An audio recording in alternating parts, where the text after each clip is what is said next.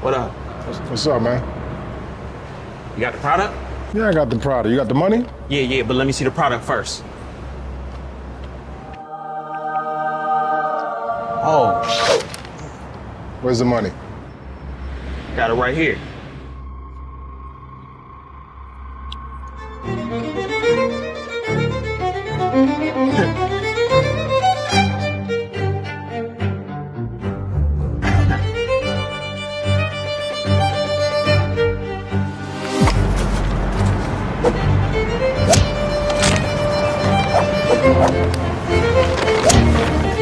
Left a little something extra in there for you. Yeah, man. Look at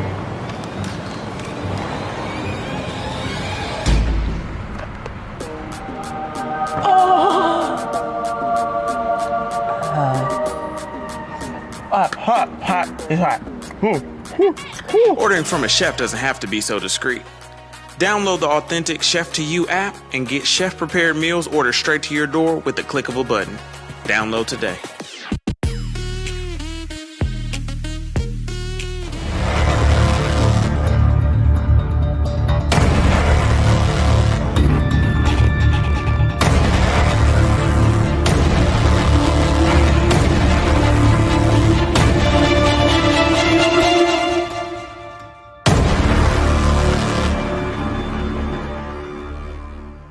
What's up, everybody? Welcome back to another session of Sports Ep.49 live and always exclusively anywhere you can find me at. I'm here with my brother from another mother, Big Game, James Cannida. And he's always here to give his full perspective. He's got his show going on, Big Game Sports Network. And it's on every platform, right? You're on YouTube and all that, TikTok and everything. You can find him everywhere. We'll talk about that later, and I'll post in the description box for you. I'm just going to talk about some Bucs preseason. Me and James, talked about we want to get together, talk about some football. Both our schedules kind of crazy, but we got some time today, and we're going to talk about it. James, what it do, baby? Blake, what's going on, man? I'm so glad we finally had a chance to chop it up, man. And one thing I want to say for anybody that has not checked it out and has seen you, Blake, it is real. Hey, I love it, dog. And the last one you did on Devin White, dude, I love that to death because when you get done playing the game and you start trying to step into this media platform, I caught myself thinking outside the box and not like a player on some of the things that Devin White had to go through. And you simply put it in a short amount of time and form. It made me strictly, go back and realize what it was like as a player when you went out above and beyond for the team, yet when you were not serviceable for them anymore, they quickly wrote you off to move on to the next piece. So, man, you did a damn good job on that, man. I hope everybody checks it out. I know I tried to repost it on most of my platforms, and I'm probably going to do it again because, like, that was a piece to me that's damn near a viral piece, dog. If people really hit you different. I put a lot into that one because all I got to do is think about listen to what you said. Mm-hmm. You said you put a lot into that one? Yeah, I put a lot because it's I know talking about that, it was going to hit a lot of people. And if you've been in those positions before, you know what that's like. And I was just recently talking to Ron, who's Jaden Daniels, Washington Commanders quarterback now, and Levante David. We were literally just talking not too long ago, and we said the transition in your mind has to change a little bit because for the love of the game, it's great that we have that. You still have that boy in you that loves the game, and you want to play hurt, and you want to do all that. Now you have to transition into this is a business now. Yeah. And this business, and notice I didn't even say the NFL. I said this business, right. I said is going to do what's best for them. Yeah. And I work for myself. You work for yourself. I don't have anything. Nobody can tell me what to spend and what not to spend. Right. So like their media department is going to make their self look good. You're not going to make your own business look bad. Right. And Devin said it best in there. He wishes he would have played it different. He acted on emotion, which a lot of us do. If you poured your heart into something, any relationship, business, male, female, whatever it is, family or whatever, and you felt like you're not getting it back, you feel kind of cheated and disrespected, and that's kind of where he's at. he wasn't thinking that this is a business standpoint now, Right. and it's and they honestly don't owe you shit. Right, and they will act upon that. And the thing that got me, because I jumped on, I was like, "Come on, man, Devin White, like he don't even want to be out there sometimes." But you stop to think, and this is the part that gets you, because I've been there and I've done that. Especially before in Tampa and even in Indianapolis. That, hey man, you sure you can't go, can't do this? Man, I'm gonna do it. You think in your mind, I got the best I can to get out here. And even sometimes the young guys don't realize. I tell them now, like, look, man, sometimes they're trying to get you out on film just so they can cut you and let you go and say, look, he practiced, so he had to be okay. If you know you're not all right, don't step on that field, man, because it's a different monster nowadays. Like you said, you have to be all about your business and taking care of yourself. But like I said, man, the way you laid it out, the way you put it in perspective, because I know it's easy for fans to feel a certain way about a player, Right? Because they're coming at it from an emotional standpoint of that team. They're not thinking and taking into account what that player goes through, what he's trying to build on for his future or anything else. So they're always going to be a little bit overreactive and wanting to see a player do things that their body really isn't ready to do. And I think Devin just got caught up in a sense to where it was like, man, I'm going to show him. I'm going to go do what I can. I'm going to lay it all out here for this team, which clearly at the end of the day, I think that side had already pretty much known what they were, what they weren't going to do, and was ready to make a step in another direction. Yeah, I agree. I think that decision was already made. The writing was already on the wall. But like I said, it's the business standpoint. He still has the opportunity to come back, just like Jordan Whitehead. I said that on Twitter when Whitehead left. I said he only signed a 2-year deal with the Jets, and he'd still be in his 20s. He can still come back. Don't burn bridges. He can still come back. Same thing with Devin. And, we could talk about that here. Devin wouldn't. Who you realize who he was talking about? He said, well, there was a person, not Todd Bowles, and the higher up that wanted me to come back and play, but I wasn't ready to play, and they were mad at that. Of course, he was talking about Jason Light, I'm going to assume. He was talking about, because he also said, well, I don't want to say nothing bad because I might need a contract later. I mean, all he had to do was say Jason Light, but I get why he did what he did. But I was going to ask you, do you think that bridge is already burned? He didn't say his name. He didn't throw anybody under the bus, but some of his actions of wanting the contract beforehand or demanding a trade, then the play way he did during the season.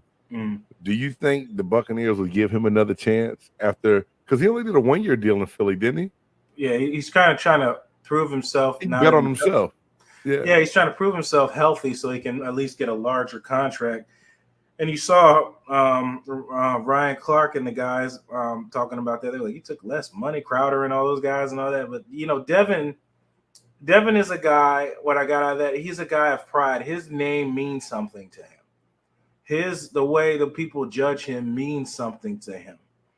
And I respect the hell out of that, because that's how a man should address himself. Your word and the way you do things. I know that's a lost art with these youngsters these days. Right. But your word and your actions should define you and make you who you are by what you say and what you do. And that's what he believes, and that's what he stands on. I can't be mad at him for standing for that's what he wants to do. Right. But it's really balls in his court. So he comes out there, balls out, gets the contract extension with the Eagles or whoever else offers him money. We'll see how that ends up. True that. So I just know best of luck to Devin White, because I know he caught. I said and did some things, like I said, and it really wasn't from the player perspective, because I know what it's like to do that, and I jumped on if he don't want to be here, we don't want him here bandwagon, and it's always more to it than that. And as a player, I know that much, man. So that's one thing. Like I said, that whole interview with the pivot, what you did to your spin on it, really just kind of opened it up to me, and I was like, damn, you know what? I was totally biased for a lot of the stuff that went on in that Buccaneers locker room in that 2023 season, and I never should have been like that. You get caught up in it. We all do, and that's what the media does. And you and I, we both, former players, and we try to think, outside the box thinking, like, how the guys talk in the locker room and things like that. People don't know what to believe, or they rely on outlets to give them information and stuff like that. So, it gets lost in translation. So I'm just glad that Devin got to tell his side of the story. I think he did a good job not bashing anybody or doing just tell people how you feel so they can understand where you were coming from. I think RC and Crowder and Fred Taylor and those guys did a good job with the questions they asked and allowing him to get out his side of the story on that. Yeah, they did a real good job. No, man, you good. With the preseason game, like we said off air a little bit, Bucs have never been an exciting team in preseason. Let me just put that out there. They've never been exciting to watch in preseason, but yet they're most scrutinized the most as if they are.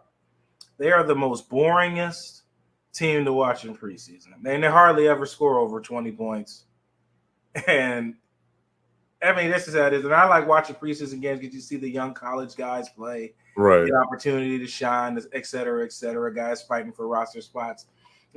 Those games mean something to those guys.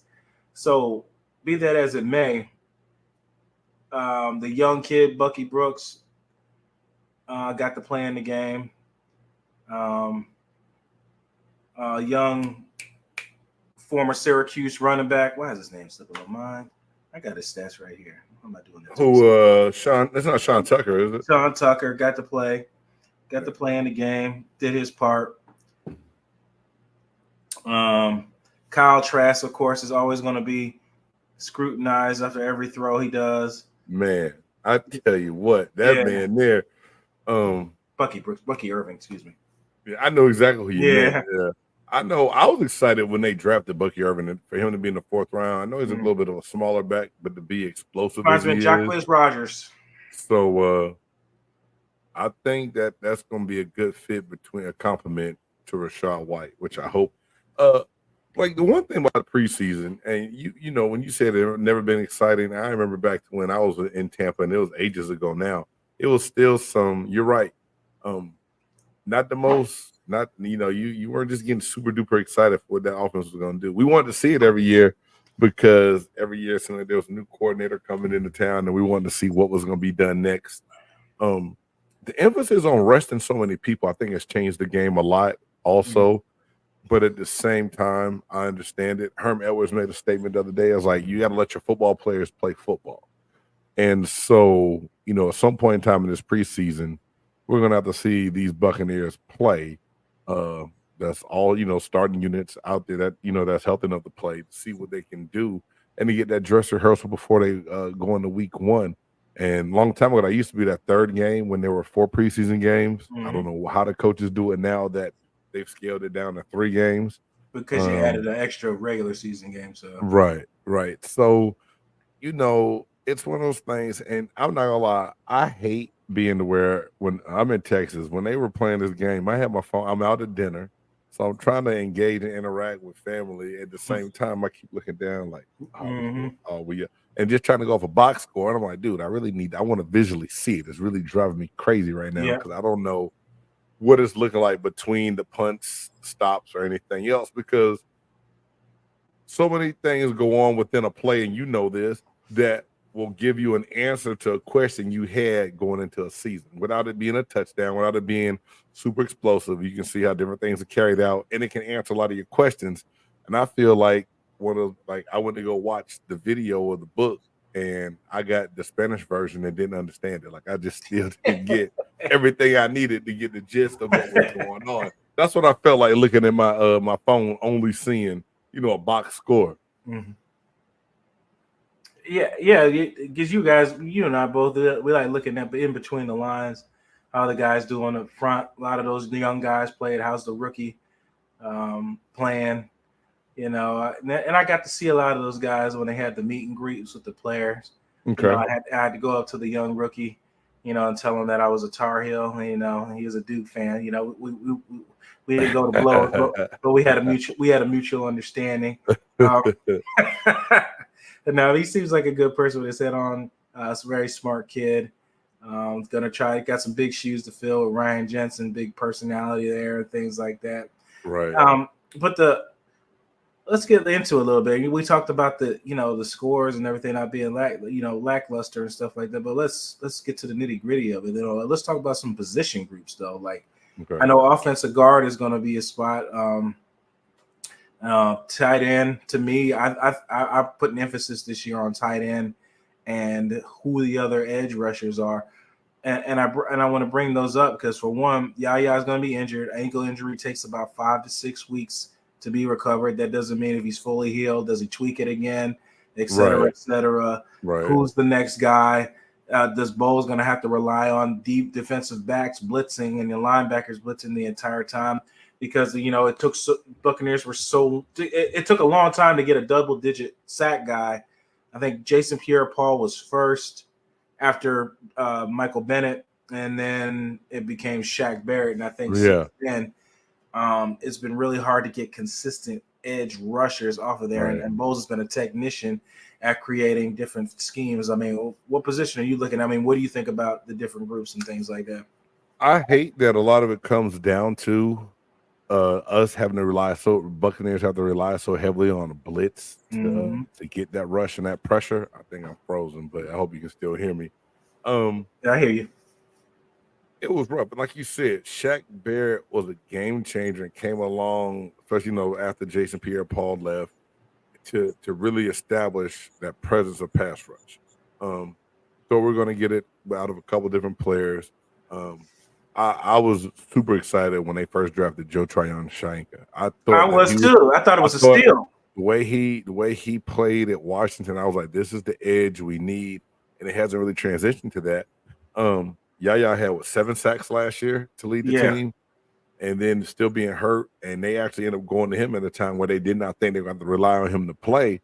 So it leaves a lot of questions to what's going to be done and where that pressure is going to come from in this 3-4 scheme. And I hate saying, Yaya. The first thing you said is like, that can't be an excuse. I was like, man, Yaya was hurt. Yeah, that can't be an excuse. And like, damn, you're right. It can't be an excuse. I do think that it can't see that end position in that 3-4, that interior guy. I think that he can get after it a little bit. I believe that he's going to have to. But like you said, you don't want to have to blitz all the time to create that pressure. And if, your edge guys aren't getting there, that's essentially what you have to end up doing to try to alleviate, not alleviate, but to help create that pass rush and that disruption to make it harder for that opposing quarterback to get the ball off. So yeah, and it's all about that. You play defensive line. We're not trying to be biased because you're a D lineman. I think that's where you win games in those trenches, and I always believe that. Most like definitely. I said, you got behind Yaya's. I got the roster pull up from ESPN. You got Anthony Nelson. Anthony Nelson to me, I've always said I think he's been playing out of position. At Iowa, he was a terror. If you pull up Anthony Nelson's video at Iowa, that man was a terror. Yeah. But he was his hand in the dirt 5 technique. Not a stand-up rusher. That's not what he did at Iowa. And then Marquise Watts, I really like the kid out of Charlotte. He has showed some promise, hasn't really got a lot of time to spend. You got Mike Green, doesn't have much tape. You got Judge Culpepper, from son of former Buccaneer. Okay. And like I said, you're looking at that, where's your pressure going to come from? Right. Vita Vea is going to be Vita Vea. Logan Hall has never been a sack guy. William Golston's never been a sack guy. So Joe Tryon has had a huge bunch of sacks. Braswell, we didn't even mention him, the rookie out of Alabama. Oh yeah, that's right. It didn't look too promising to me. All his moves were upfield speed rush. I didn't see speed to power. I didn't see none of that in the pass rushing. No counter moves were set up either. I didn't see any of that. I'm gonna break that tape down too tonight. I have that up and look at that more in depth, and I didn't see that coming from him. Jose Ramirez, we got him out of Eastern Michigan. 2 years. He's going into his second year. Yeah. Like I said, I'm looking at this and I'm like, where is the pass rush going to come from?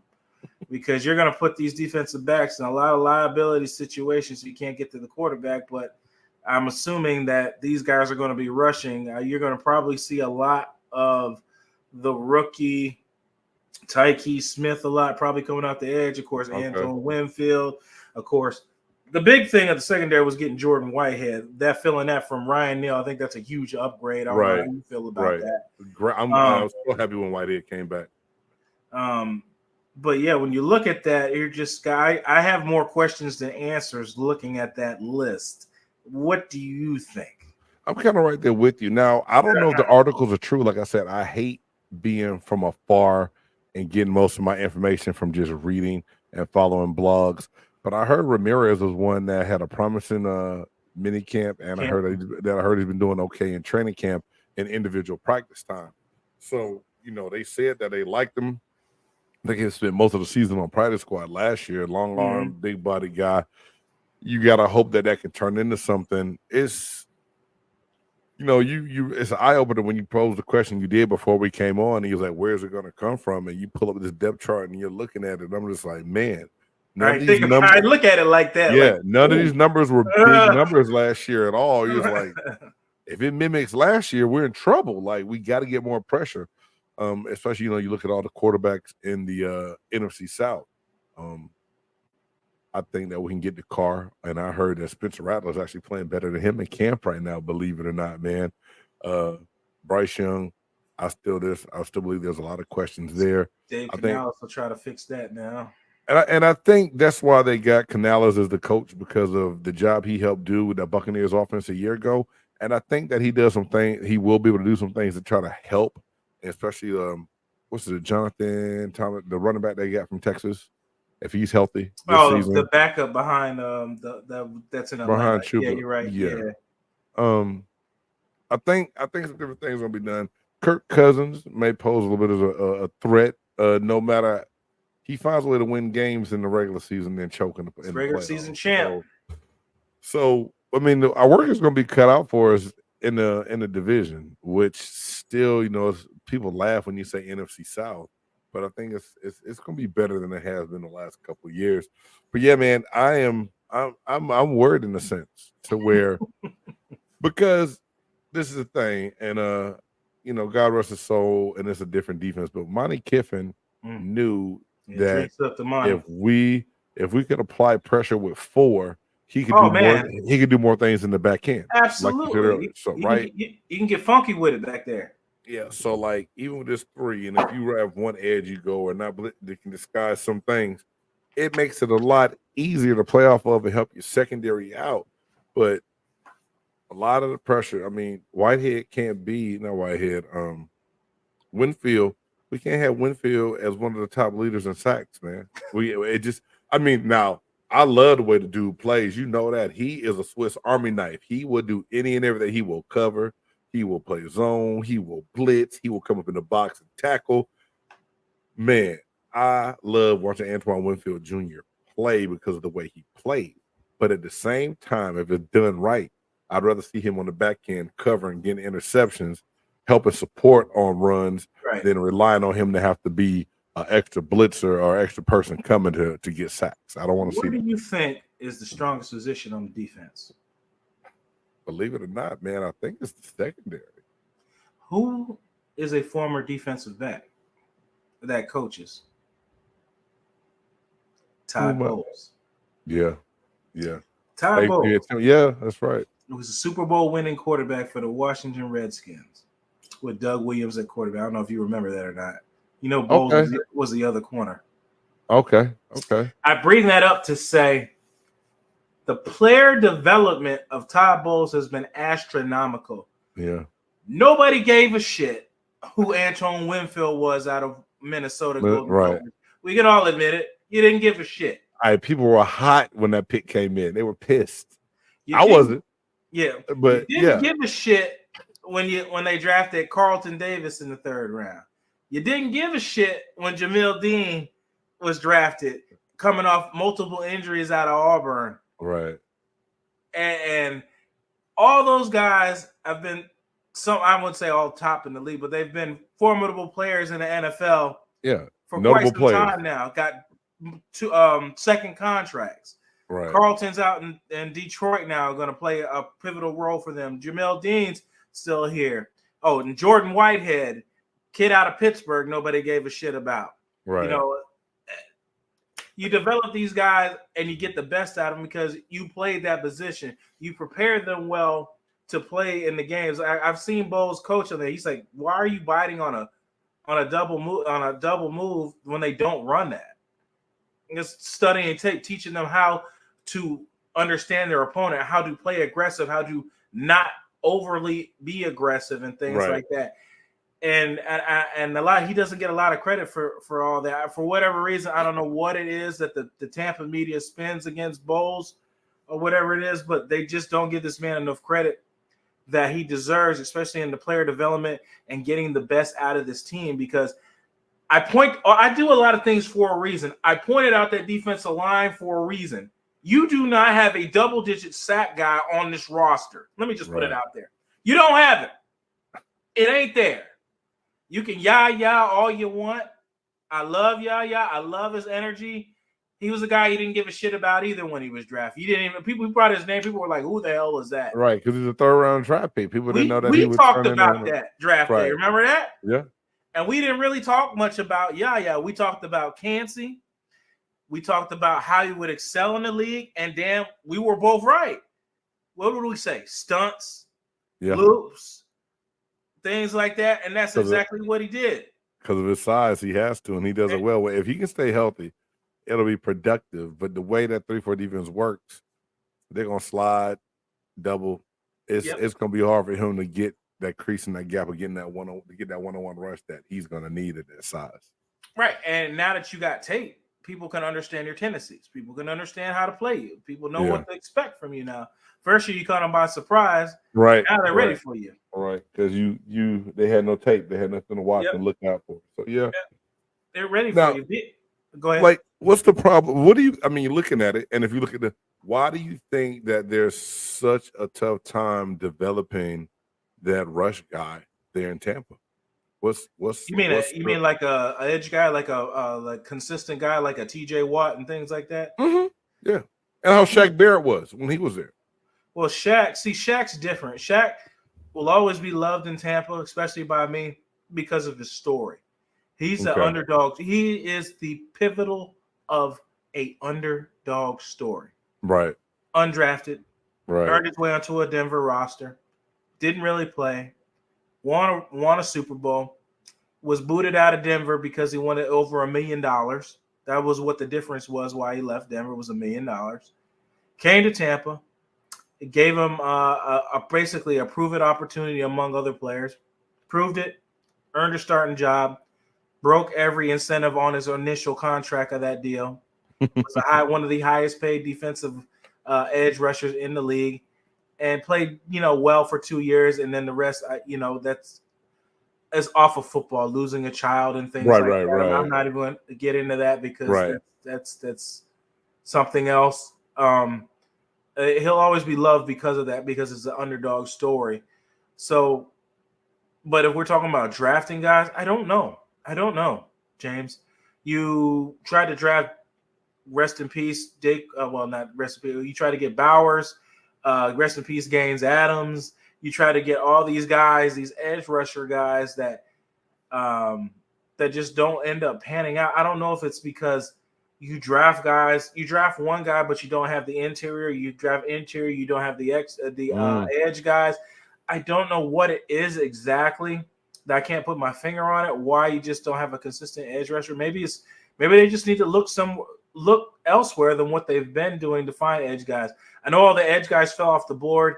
I know they wanted the kid out of UCLA, which didn't fall to them at that time. Yeah, he ended up going to him.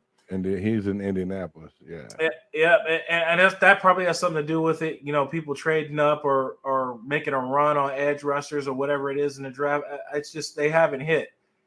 So you got to work on, which Jason Light's been good at, finding undrafted guys. If you can get 8 sacks, 7 sacks out of multiple guys on the team, that's just as good as having one guy that can get 20.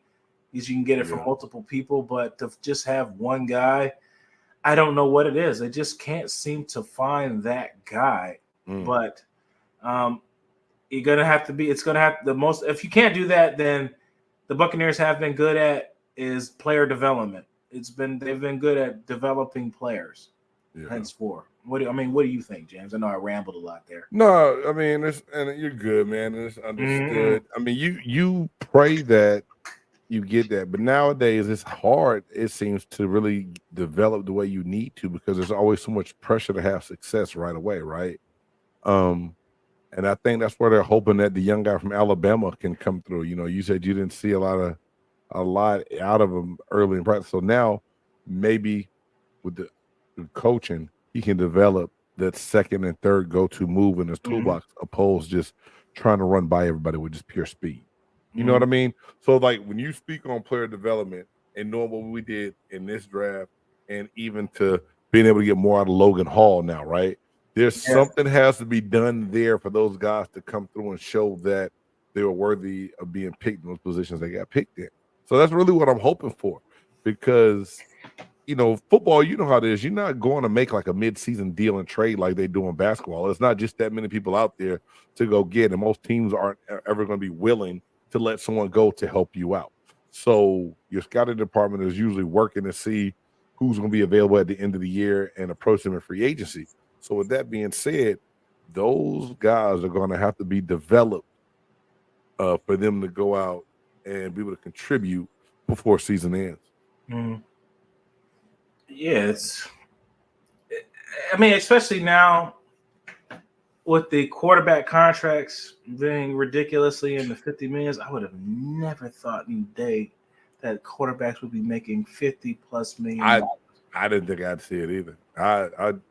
And you got to thank the Cleveland Browns and Deshaun Watson for destroying the market.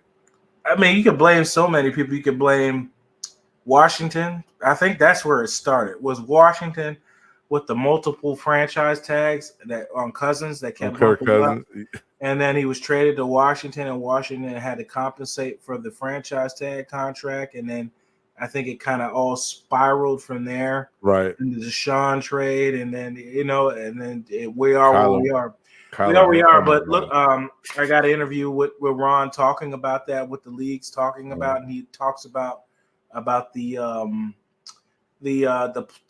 cap for quarterbacks to almost like when they made the new CBA deal. About, remember, James, even when your time, when the first guys came out, they were usually got some astronomical contract, and they had have no stats in the league, and then now there's a cap to that now. Yeah. I think that's what's going to happen now with quarterbacks. Ron talks about either it's going to be its separate thing, or it's going to be some type of cap with that. It's going to be interesting talking about that when the CBA comes to an end and they renegotiate the new deal. Or it's going to be kind of like NBA, where you got the max and the super max contracts. You remember NBA with those deals? Yeah, so it's going to be interesting when that comes back up. But I would have never thought about that. But I bring that up to say this. With that happening, drafting and scouting players and player development has been, it wasn't a need before at all. It's an all-time high now. So if you plan on winning in this league, you're going to have to draft well, pick up free agents that fit your needs, and develop players. Right. Yeah. Or you're going to lose in this league. Yep, sure. Especially you have a franchise quarterback on your team. And that's another conversation in itself, because some of these guys that got these contracts, you're not franchise quarterbacks yet. No, I know people are mad at Baker Mayfield's contract. That's a steal. But it fell well below what people were getting for the stats that he had, right? I mean, so Jordan Love is getting $54 million for half of a season performance. Yeah, for 1 year start. The last 8 games. Exactly. And I'm sorry, Kenny Clark. I interviewed Kenny. I don't know if you saw that interview yet when I talked to Kenny Clark from the Packers. He played good 8 games. But Kenny, he said he could make all those throws, and he was absolutely right. Everything you saw those last 8 weeks, Kenny talked about. He can do that. Can he put it all together consistently is the question. Right. That's, man, I'm baffled, when I saw the Trevor Lawrence deal too.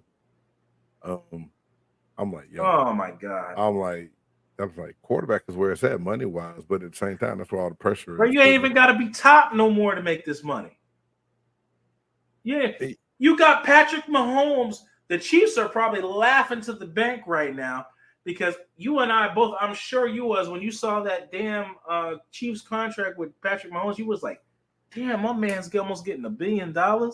This is what we paying quarterbacks now? Right. Now, spend it years now past that. You giving guys $54 million who only play good 8 games. Right. You giving $55 million for guys who ain't won an effing playoff game. Right. That's what we doing? That's, yeah. Man. Boy, it's woo.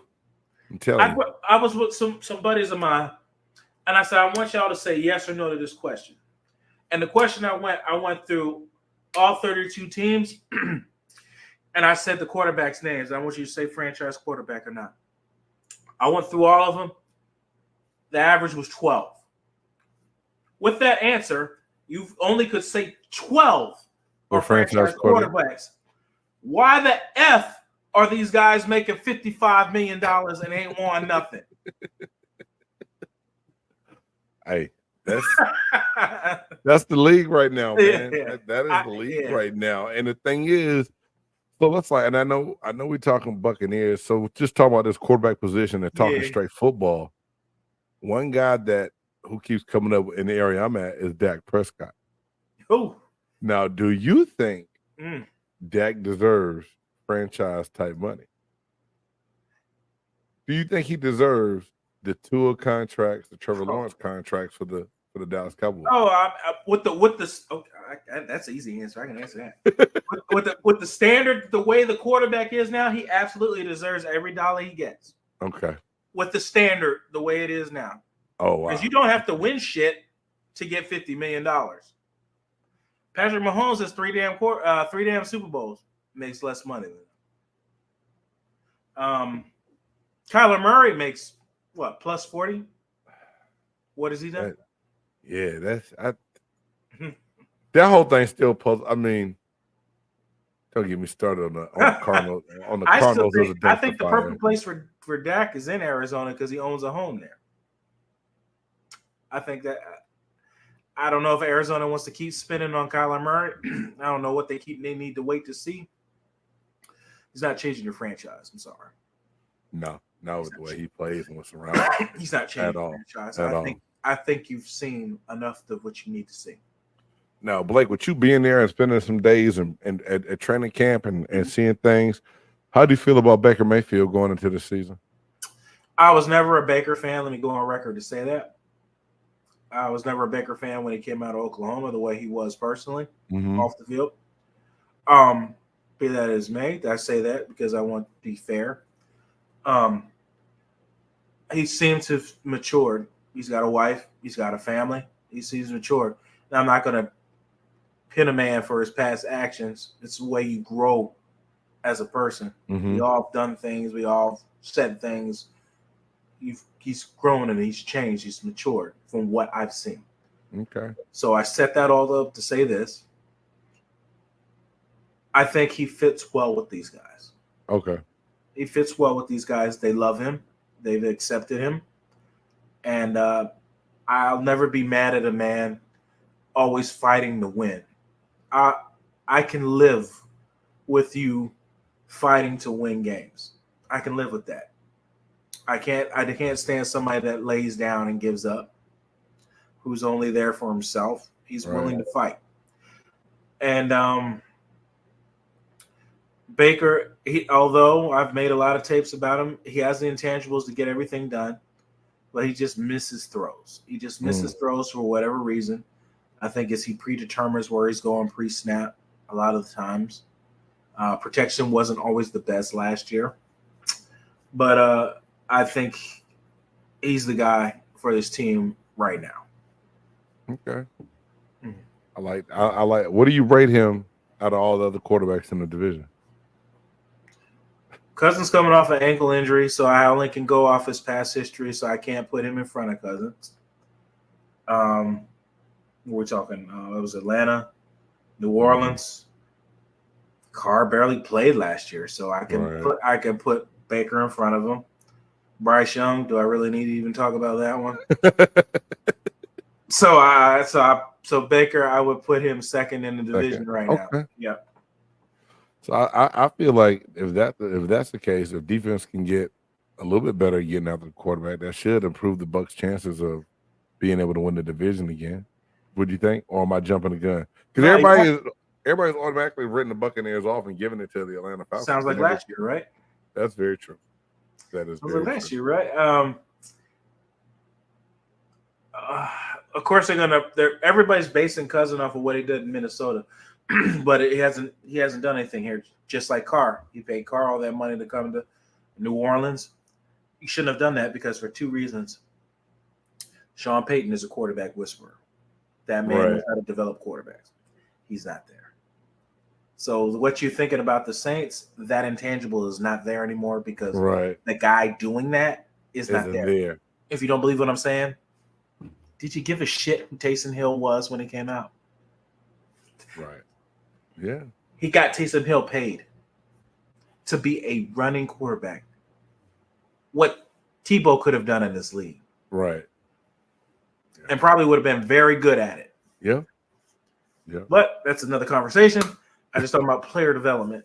That guy's not there. So Carr's not the guy you think he is. And I mean, that's the market of quarterbacks. We just talked about that. But the Bucs hold their own destiny, much like a lot of teams. Don't turn the ball over, play good defense, establish a run game, be good. They did good. Rachaad White is a good back that can catch the ball and run the ball. Has very good size. Met him personally. He's like a little taller than me. He's a pretty big guy. He's not a little back, and I'm looking forward to see what he's got this season with that offense, along with Baker Mayfield and new rookie wide receiver McMillan out of Washington. Seems that Tampa has this connection with Washington now all of a sudden. Man, they got so many UW players. Cope, the tight end, is out of Washington. McMillan. Joe Tryon. Yeah, Joe Tryon. The wide receiver, Vita Vea. I'll say Vita, yeah. And even the backup D lineman we had last year that we got from the the other one, the other Pacific Islander guy. I know you're talking about, yeah. But man, that's crazy, dude. That's nuts. We shall see. So you said you wanted to talk about the tight end position too, didn't you? I did, because I think it's an area of opportunity. Each player on offense, you're allowed 5 eligible players to go out for a pass. I don't need to tell that to you, James. I'm just saying for who's watching. 5 guys can go out for a pass. Well, Blake, why do you bring that up? I'm glad you asked. Each guy is responsible for 20% of the pay. So if you're only relying on 1 X, Y, and Z receivers, you're running at 60% of your offense. Why aren't you relying on your tight end? And why? Well, they do rely on the back. So I'll say about 80% of the offense because Rashad gets a lot of passes. So you're missing. So you're missing out on 20% of your offense. Again, I'm not holding it against Otten. He wasn't usually used like that in Washington, so he's growing. The development is growing. Otten goes down. I always think like a team perspective. Otten goes down. Who the hell else is coming in? I got the depth chart again. Let me read this tight end list off to you. Payne Durham, Purdue. Did you even know he existed? No. I did. I really did, just because Payne Durham had a good career. He's a big body back. He's a big guy. So like that's why when you said, "Well, James, he can't run," I'm like, "Well, damn." You said it looked like it hurts when he moves. It looks like it hurts when he runs. He does. The word I'm looking for is I ran track. So when I say that, he's not a fluid runner. Got it. I don't see it. He's not a fluid runner. I don't know if he is hurting that day or whatever it is. He doesn't look fluid. He doesn't know how to create separation. Again, you're going to probably have to develop him. But is that a guy you rely on if Otten goes down, or you just X him out as a pass as part of your offense? And then behind him, Cole Keith was never a pass catcher. He's basically a fullback playing tight end. He's a fullback, really. Yeah, playing tight end. He's a little muscle. I like when he blocks in goal line situations. And you know what you're going to get out of him. But you're right. Yeah. To help increase your passing game, Cole Keith is not going to be that guy for him at all. And then we go to the other Washington guy you just mentioned, Devin Cole. I like him. He reminds me of the old Saints receiver that was it, Antoine Winfield punched the ball out in the playoff game. Oh my God. I know you're talking about this. They're built the exact same. I can't think of his name. I'm gonna pull it up later and figure out. But he reminds me of him. He's got a lot of speed. Okay. He's concussed right now. Hopefully he comes back. God, I hate that this time of year because guys that I think have an opportunity to make a name for themselves, put some tape out, you get hurt the most pivotal times to make a play and some tape for yourself. So Right. now we're waiting. It's like Caddyshack. Well, we're waiting. It's like I don't know if he's going to play next week or not. I mean, what do you think, James? I want to see him. Like you said, going to this, I'm a Cade Otton fan. Just I like him. It's hard not to like him. Yeah, I am an Otton fan. But like you said, you want depth, and you say Liam Cohn wants to use tight ends in the offense. So if that's the case, where else do you go? I like Gronkowski style tight ends that can stretch the field and get open in the passing game and then help it up, and then that helps guys like Mike Evans out on the outside and Godwin. I mean, it helps out when you have that tight end that can stretch the field. And if Otton goes down, like you said, who then do we rely on? Because I'm not gonna lie, like I said, I've heard of Payne Durham. I know he was. I liked him in college, but every time I've seen him in a good situation, for the most part, it's been short yardage, real short routes, or it's like that delay release, block, slip out and catch the ball. Then so it makes for a big difference, man. And it's gonna take some work to see what's going to happen at that position. Because like I said, you clearly opened my eyes to a lot of different things tonight coming into this thing, thinking about it, looking at it, and really knowing what, I want to look at and see during this, for the second preseason game. But there's a lot of questions to be answered. Yeah. I just, I believe Jason Light, for the most part, been doing a good job as a general manager. I don't take no credit away from him. He's been and Todd Bowles has done a damn good job coaching what he has. And to me, I don't think he gets enough credit. Every time one little thing goes bad, it was like, well, Bowles needs to go. And I'm like, well, who you going to hire? And then I get no answer from anyone.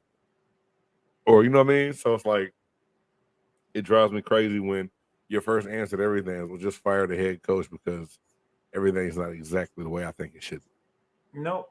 For whatever reason it is. He's been here. He's been a top 10 defense since he's been here. I don't think that was the problem. Offense was a lot of the problem last year. They didn't want to hear me when I kept saying it. I kept saying, look at all the games. The league average was nuts. It was 20. What was it? 22, 23. I can't remember what it was. The league average for points scored in the game.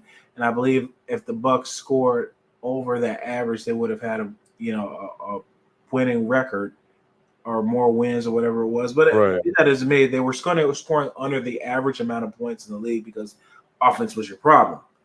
I said defense was getting the stops. They were getting the turnovers. I think that for the first 5 weeks, they had an astronomical amount of your turnover ratio was ridiculous. Your offense wasn't putting up no points. So therefore, you try to blame the defense because they didn't get a stop at the end of the game or whatever it was, but you played good the entire game except for that last drive. But that's last year. But I bring all that up for a reason. You know me, I like to set things up for a reason. I bring the tight end position up for a reason. Why do you bring that up, Blake? All the winning teams that were in the playoffs last year have star tight ends. Nobody thought about that, did you? All have star tight ends. Now, I'm not saying you have to have a guy that's making $20 million at tight end.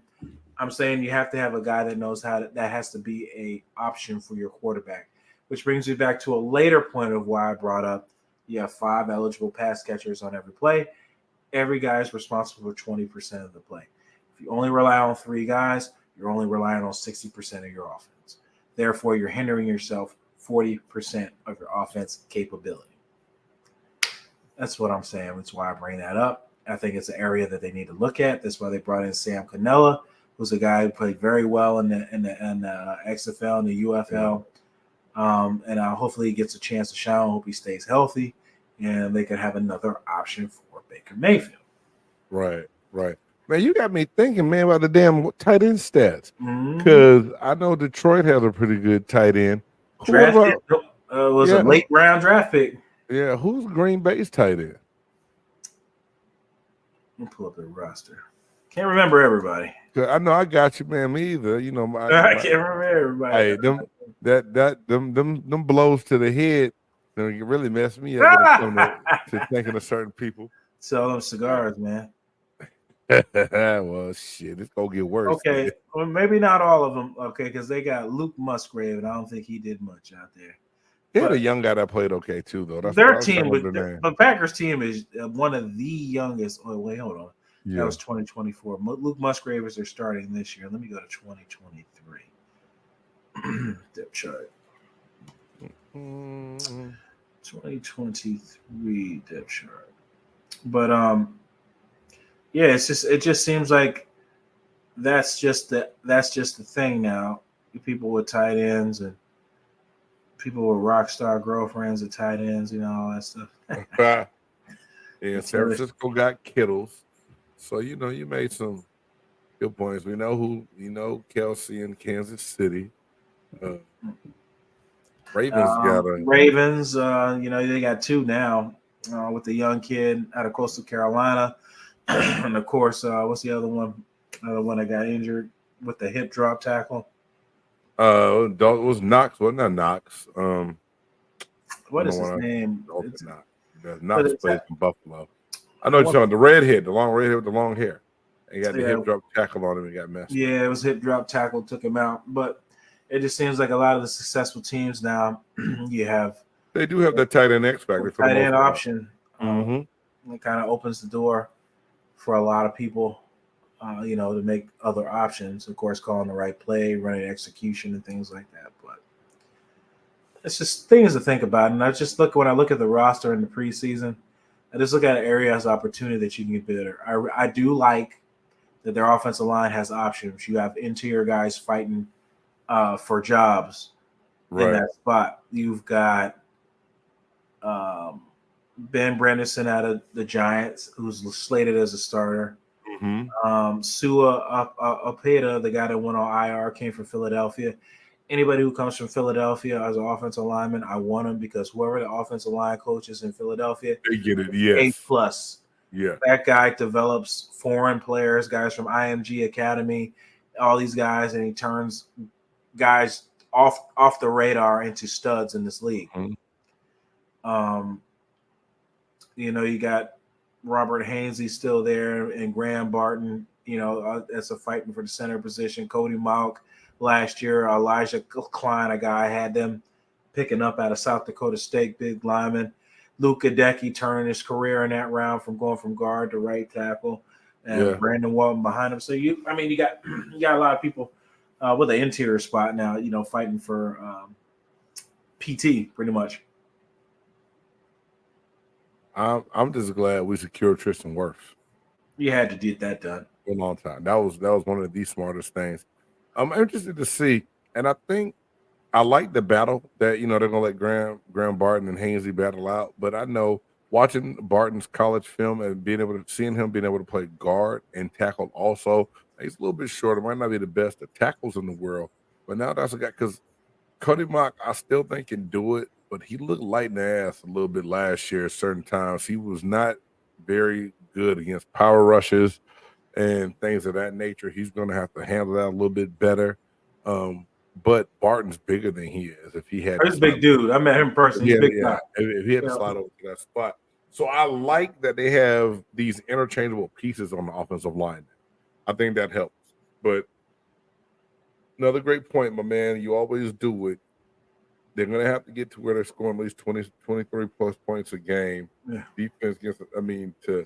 We can't go out and have all these low scoring games. Oh no! Yeah, so many different times to be able to win in the NFL. I mean, you can't do it. You can't do it. Not all the time. It can't be that. I mean, yeah, it happens. Rain, guys are out injured. Right. Those intangibles happen. That's part of the game. That's why we love it. Overcoming in the chess game, the chess match of it going on. But the Buccaneers, I know a lot of people are always, on the plus about your team. Oh, because everybody's 0-0 at this time. But they have a lot of questions that need answered. One of the spots, like I said, is the defensive line is really scaring me when I look at it. I've said for almost 5 years now, if Vita Vea goes down, who's your answer? That changes the complexity of your entire defensive line. Vita can't get hurt. Oh, he can't. He can't rely on somebody constantly like that. He gets no break. Right. Well, he's just such a disruptor and game changer when he is in there.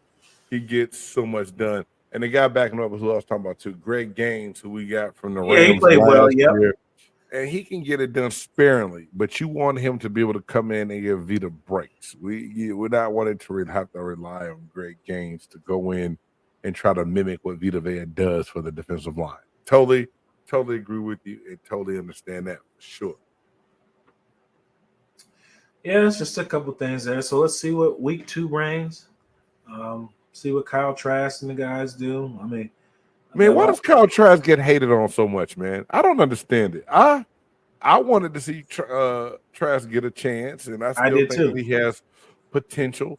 But it's like, man, I've never seen somebody get so much hate for no reason. Like it's his fault he got picked, in the second, one of the earlier picks of the second round when the Buccaneers. No, he was actually late. Remember the Bucs? That was after the Super Bowl win. So it was a late pick. That's right, but still second round pick. Yeah, and people act like, well, they shouldn't have got him in the second round. Who would you want him to get then? I mean, he was one of the better quarterbacks on the board, and you think you're looking for the future, you pick him. He was balling at Florida, but the history of Florida quarterbacks don't always work well in the NFL. But facts. I don't know, and he balled. Got Kyle Pitts paid in Atlanta. I don't know. That's another position we talked about. Edge quarterback's another one. It's just Tampa fans in the Tampa area make me laugh so much that they critique the quarterback position so much, but have yet never had one of your own. Right. And they have to realize Baker Mayfield's a bridge quarterback. He's a holdover until they can find something that's could be a higher tier quarterback. And I think anybody who knows football knows that that's the purpose. And they signed him to the deal they did to hold him over 3 while they can still go look for another draft, the next best quarterback draft class. Absolutely. So still got some tread on the tires left in his career. He's not all banged up. Right. So that's their option right now. And I think he's the guy for that team.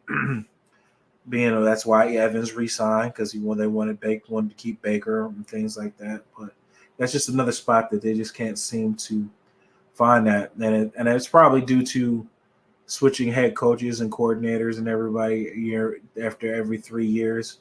Because I've always said the teams that win have 2 consistent things: consistent quarterbacks and consistent head coaches. Those are what successful teams always have win in this league. James, I ain't gonna keep you much longer. You got any final thoughts? Want to tell the viewers where they can find all your content at? Man, thanks y'all for letting me get on here and chop it up with Blake tonight, man. You can find me at BGSE Network. That is on TikTok, X, Facebook, and Instagram. My Thursday night show, I usually go live with my partner, the Buff and Nerd. That's Big Game Sports Buzz. And again, that's on Facebook, was on X, and on YouTube, man. So yeah, y'all make sure y'all tune in, follow me, man. Chime in. We just 2 guys talking sports, man. Just always trying to bring light to what's going on in the sports world. Yep, always. That's what it is. Try to spam, makes you think about some other stuff you never thought of, and bring in different perspectives. Right. I'll end this as we always do. You're the master of everything. What you do with your life, what you do with it is entirely up to you. I'm Blake Anthony, Sports Talk49. This is Big Game, James Cannida. See you guys next time. Peace.